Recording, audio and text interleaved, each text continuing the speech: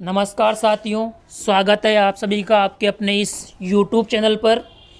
साथियों, जैसा कि आप सबको पता है कि अब तक मैं आप सभी को विभिन्न भर्तियों के बारे में जानकारी प्रोवाइड करते आया हूं, लेकिन अब जितने भी अभ्यर्थी जो कि प्रतियोगी परीक्षाओं की तैयारी कर रहे हैं एवं साथ ही साथ वो अभ्यर्थी जो बेरोज़गार हैं और इनके अलावा जो भी अभ्यर्थी जो किसी न किसी प्रकार से रोज़गार से जुड़े हुए हैं, सभी के लिए यहाँ पर मैं विगत परीक्षाओं में पूछे गए विभिन्न प्रश्नों का संकलन लेकर आया हूँ। और ये प्रश्न केवल और केवल हिंदी ग्रामर से जुड़े हुए हैं, अर्थात हिंदी ग्रामर के जो प्रश्नों का संकलन है वो पेपर वाइज किया गया है यहाँ पर, न कि किसी टॉपिक को लेकर।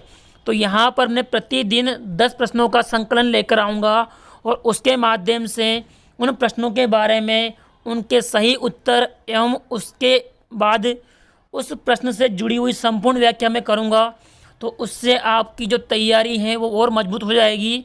हालांकि हर एक अभ्यर्थी की तैयारी बहुत मजबूत है, सब बहुत ही अच्छे तरीके से तैयारी कर रहे हैं, लेकिन यहाँ पर सिर्फ मेरा उद्देश्य यह है कि आपको इन वीडियोज़ के माध्यम से और इन प्रश्नों के संकलन के माध्यम से ये जानने का मौका मिले कि पेपर में प्रश्नों को पूछने का तरीका क्या होता है और अपन को जवाब पिकअप करने के लिए किस तरीके से ध्यान देना होगा, ताकि आपके प्रश्नों की गलती की संभावना कम से कम रहे। यहाँ पर मेरा कोई उद्देश्य नहीं है कि आप सभी की तैयारियाँ कमज़ोर हैं या नहीं, या यहाँ इसके अलावा ये उद्देश्य भी नहीं है कि मेरे पढ़ाने से आपकी तैयारियाँ अधिक मजबूत हो जाएगी। लेकिन यहाँ मेरा सिर्फ इतना उद्देश्य है कि विगत परीक्षाओं में जितने भी प्रश्न पूछे गए हैं उन प्रश्नों के संकलन से आपको पेपर का पैटर्न और पेपर में पूछे गए प्रश्नों के माध्यम से आगामी पेपर्स में प्रश्नों का तरीका क्या रहेगा उसी के बारे में यहाँ पर आपको समझने का मौका मिलेगा। यही मेरा उद्देश्य है। और प्रतिदिन 10 प्रश्नों का संकलन रहेगा और उसी के माध्यम से आपको प्रतिदिन जानकारी प्रोवाइड करूँगा और उन प्रश्नों का जो हल है वो भी मैं आपको प्रोवाइड करूँगा। यदि आपको इन प्रश्नों की प्रतिदिन PDF चाहिए तो इस वीडियो के डिस्क्रिप्शन बॉक्स में एक टेलीग्राम चैनल का लिंक प्रोवाइड करूंगा और उस चैनल के लिंक को आप जाकर ज्वाइन कीजिए और वहां से आपको इन प्रश्नों की PDF मिल जाएगी।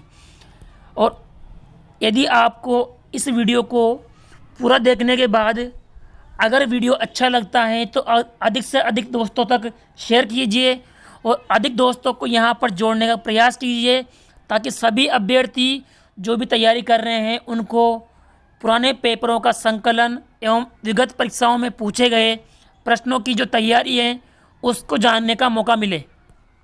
बिना कोई देरी किए हुए मैं आप शुरू करता हूँ सबसे पहले प्रश्न की ओर।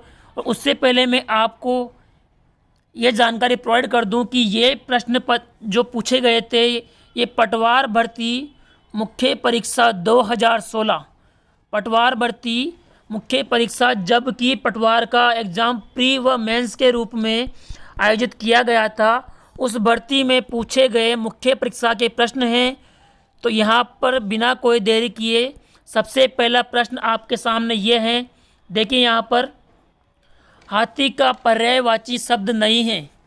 दोस्तों यहाँ पर विकल्प दे रखे हैं। प्रश्न नंबर 1 में हाथी का पर्यायवाची शब्द नहीं है। इसमें 4 विकल्प हैं: मतंग, करी, पुंडरीक व नाग।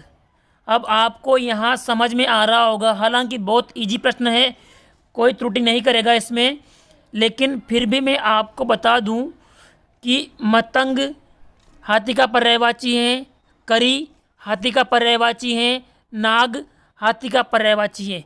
लेकिन नाग के साथ यहाँ पर आप समझ लीजिए नग। नग का मतलब होता है पहाड़ या फिर अंगूठी में पहनने वाला नग, दोनों को नग बोलते हैं। और करी का तात्पर्य हाथी होता है, लेकिन कर का तात्पर्य क्या होता है? एक तो हाथ, और इसके अलावा जो अपन इनकम टैक्स भरते हैं वो भी कर होता है। और इसके अलावा यहाँ पर एक वर्ड है पुंडरीक, इसका तात्पर्य होता है दोस्तों कमल। पुंडरीक किसे बोलते हैं दोस्तों? कमल। तो यहाँ पर जो सही विकल्प नहीं है इसके लिए वो है पुंडरीक। अर्थात यहाँ पर पुंडरीक शब्द हाथी का पर्यायवाची नहीं है। अब पुंडरीक में अगर अपन एक शब्द जोड़ते हैं, पुंडरीक धन अक्षी, पुंडरीक धन अक्षी, अगर इस प्रकार से हम इस शब्द को जोड़ते हैं तो यहाँ पर अंतिम जो मात्रा है अक्षी में उसका लोप हो जाएगा और शब्द क्या बनेगा, पुंडरीकाक्ष, जिसका तात्पर्य होता है दोस्तों कमल के समान आँखें। और अगर आपसे पूछ लिया जाए कि पुंडरीकाक्ष में समास कौन सा होगा, तो पुंडरीकाक्ष में समास होगा दोस्तों कर्मधारय। तो यहाँ इस प्रकार से मैं आपको हर प्रश्न की व्याख्या करने का प्रयास करूँगा। अगला प्रश्न है दोस्तों आपके लिए, प्रकंपित ध्वनि नहीं है। यहाँ पर 4 विकल्प दे रखे हैं, व, र, ये, व, ल। तो ये प्रश्न भी आप सभी के लिए बहुत इजी हैं। र एकमात्र ऐसी ध्वनि है जिसको बोलने से पहले अपनी जीभ थोड़ा कंपन करती है। र शब्द, र वर्ण के उच्चारण करने से पहले अपनी जीभ थोड़ा कंपन करती है, इसीलिए बोलते हैं इसे प्रकंपित ध्वनि। तो यहाँ पर आपका विकल्प सही हो जाएगा ब। अगला प्रश्न है आपके लिए, षटधन आनन। षटधन आनन शब्द की संधि होगी। अब यहाँ पर सबसे पहले शब्द को भूल जाइए, सबसे पहले ये देखिए संधि और संधि विच्छेद। अगर 2 शब्दों का मेल हो रहा है और मेल से विकार उत्पन्न होता है तो वहाँ संधि होती है, लेकिन किसी शब्द को टुकड़ों में बांटते हैं, अगर किसी शब्द को टुकड़ों में बांटते हैं तो उसे बोलते हैं संधि विच्छेद। तो संधि और संधि विच्छेद का तात्पर्य है, संधि का मतलब है मेल और संधि विच्छेद का मतलब है टुकड़े करना। यहाँ पर वर्ड दे रखे हैं षटधन आनन। यहाँ पर ट आधा है क्योंकि इसमें हलंत लगा हुआ है। अब इसके बाद में आप यहाँ देखिए कि विकल्प के आधार पर चारों विकल्प एक ही तरह से बने हुए हैं, षडानन। लेकिन यहाँ पर अंतर करने की बात यहाँ समझ लीजिए आप कि सट में अपन ने आ जोड़ा तो ट अपने आप पूरा हो जाएगा, और आप सब जानते हैं कि ट के बाद स्वर आने पर ट का बदलाव किस में होता है, ड में। तो ड में अगर अपन ने आ जोड़ा तो क्या हो गया दोस्तों, डा। अब डा होने के बाद में अब आप देख लीजिए कि षटधन आनन को जोड़ने पर क्या बनेगा, षडानन, विकल्प नंबर ब। लेकिन इसके अलावा यहाँ पर एक और बात आप समझ लीजिए, ड, ड एवं नीचे नुक्ता लगा हुआ ड और ड, ये दोनों कैसे बनते हैं। यदि संधि रूप में 2 शब्दों के मिलन होने वाले संधि रूप में ट से ड बनता है तो वहाँ पर किसी भी हालत में ड अथवा ड के नीचे नुक्ता नहीं आएगा दोस्तों, ये बात अवश्य रूप से ध्यान रखें। और इसी के साथ यदि ड से या ढ से पूर्व, इन दोनों वर्णों से पूर्व यदि कोई अर्ध व्यंजन आता है, अर्ध व्यंजन आता है तो फिर उस स्थिति में भी ड और ड के नीचे नुक्ता नहीं लगेगा। और इसके अलावा यदि किसी अंग्रेजी शब्द में, जिस प्रकार से रेडियो, RADIO, अगर अपन यहाँ पर रेडियो लिखते हैं तो वहाँ पर भी क्या होता है दोस्तों, ये इंग्लिश का वर्ड है, इसलिए इस रेडियो में भी क्या होगा दोस्तों, नुक्ता नहीं आएगा। तो इस बात का अवश्य रूप से ध्यान रखिए। अगला प्रश्न है आपके लिए, निम्नलिखित में से देशज शब्द नहीं है। तो इस प्रश्न का उत्तर आप देख लीजिए। हालांकि इस शब्द में एक वर्ड है विकल्प अ, ये यहाँ पर आंसर माना गया था उस आंसर की के माध्यम से, लेकिन एक विद्वान हुए हैं जो हड शब्द को देसी भाषा का शब्द मानते हैं, हड्ड शब्द को देसी भाषा का शब्द मानते हैं, लेकिन मूल रूप से जो हड्डी शब्द हैं वो देशज न होकर कौन सा है दोस्तों, विदेशी। तो यहाँ पर विकल्प नंबर अ सही हो जाएगा। अगला क्वेश्चन आपके लिए है दोस्तों, यहाँ पर विलोम शब्द युग्म नहीं है। पहला विकल्प आबाद है, बर्बाद। विकल्प नंबर 2 अभिज्ञ, अनभिज्ञ। विकल्प नंबर 3 है दोस्तों यहाँ पर मसृण और कोमल। विकल्प नंबर 4 है उन्मूलन और रोपण। सबसे पहले आप इसका विकल्प का चयन कीजिए, उसके बाद में मैं आपके लिए यहाँ व्याख्या करता हूँ। यहाँ पर सही विकल्प होगा दोस्तों विकल्प नंबर सी, स। यहाँ पर जो वर्ड दिया गया है मसृण, सबसे पहले तो आप इसका जो उच्चारण है दोस्तों ऐसे करें, इसका उच्चारण आप करते हैं मसृण, तो ये हो जाता है दोस्तों। और अगर अपन इसका जो उच्चारण है दोस्तों वो करते हैं मसृण, यहाँ इसमें री की ध्वनि आएगी, तो इसका तात्पर्य क्या होता है दोस्तों, कोमल। तो यहाँ पर ये विलोम शब्द युग्म सही नहीं है। अब इसके अलावा बाकी शब्द, इनकी व्याख्या आप समझ लीजिए। अभिज्ञ और अनभिज्ञ। अभिज्ञ का मतलब होता है दोस्तों क्या, जो जानकार हो उसे बोलते हैं अभिज्ञ, और जो जानकार न हो उसे बोलते हैं अनभिज्ञ। और यहाँ पर एक शब्द दे रखा है उन्मूलन, जिसका संधि इच्छेद होगा दोस्तों उत प्लस मूलन, जिसका मतलब होता है जड़ से उखाड़ फेंकना। और विलोम दे रखा है रोपण, अर्थात रोपना या उगाना। अगला प्रश्न आपके लिए है शुद्ध शब्द नहीं है। यहाँ पर 4 विकल्प दे रखे हैं, उनके माध्यम से आपको जवाब देना है। पहला विकल्प तत्व, दूसरा विकल्प है शाप, थर्ड विकल्प है दोस्तों यहाँ पर निरोग, और चौथा विकल्प है प्रायद्वीप। प्रथम दृष्टया इस प्रश्न को पढ़ने पर आपको लगता है कि सभी विकल्प सही हैं, या फिर कई सारे अभ्यर्थी जिन्होंने हाल ही में तैयारी शुरू की है वो विकल्प नंबर बी की ओर जाएंगे, लेकिन दोस्तों यहाँ पर विकल्प नंबर बी एकदम सही है। यहाँ पर विकल्प नंबर सी निरोग एकदम गलत है दोस्तों। निरोग होता है, निरोग में बड़ी ई की मात्रा आती है और इस प्रकार से लिखा जाता है। तो आप कहीं जगह पढ़ते होंगे पहला सुख निरोगी काया, तो दोस्तों यहाँ पर यह भी त्रुटिपूर्ण वर्ड है। सही शब्द होगा दोस्तों यहाँ पर निरोग। तो अवश्य रूप से ध्यान रखें, ये प्रश्न कई सारी परीक्षाओं में पूछा गया है। इसके बाद में तत्व शब्द को अपन तोड़ लेते हैं, यह भी कहीं जगह पूछा हुआ है। तो इसका विच्छेद होगा दोस्तों तत् प्लस त्व।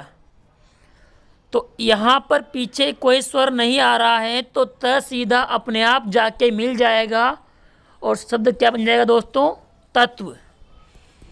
और यहाँ पर प्रायद्वीप शब्द, इसको भी कई बार पूछा गया है एकल शब्द के रूप में या फिर वाक्यांश के लिए एक शब्द के रूप में। तो प्रायद्वीप किसे बोलते हैं दोस्तों, चारों ओर से जल से घिरा हुआ भाग, उसे बोलते हैं प्रायद्वीप। अगला प्रश्न है आपके लिए यहाँ पर, नीम का तत्सम रूप है। नीम शब्द का तत्सम रूप क्या होगा दोस्तों, यहाँ पर आपको चयन करना है विकल्प नंबर बी का। हालांकि विकल्प बी और डी, ब और द दोनों विकल्प निम्ब हैं, लेकिन मात्राओं का फेर बहुत बड़ा होता है दोस्तों। हालांकि अशुद्ध रूप में जो प्रचलित भाषा है, सामान्य रूप में हम निम्ब को इस प्रकार से भी लिखते हैं, लेकिन तत्सम जो कि शुद्ध रूप है वो है विकल्प बी। और यही पटवार भर्ती की जो परीक्षा हुई थी उसमें माना गया था। अगला प्रश्न है आपके लिए, अभिराम और अविराम युग्म का अर्थ है। तो यहाँ पर दोस्तों आपको चयन करना है सही विकल्प का। तो विकल्प नंबर स, विकल्प नंबर स यहाँ पर सही हो जाएगा।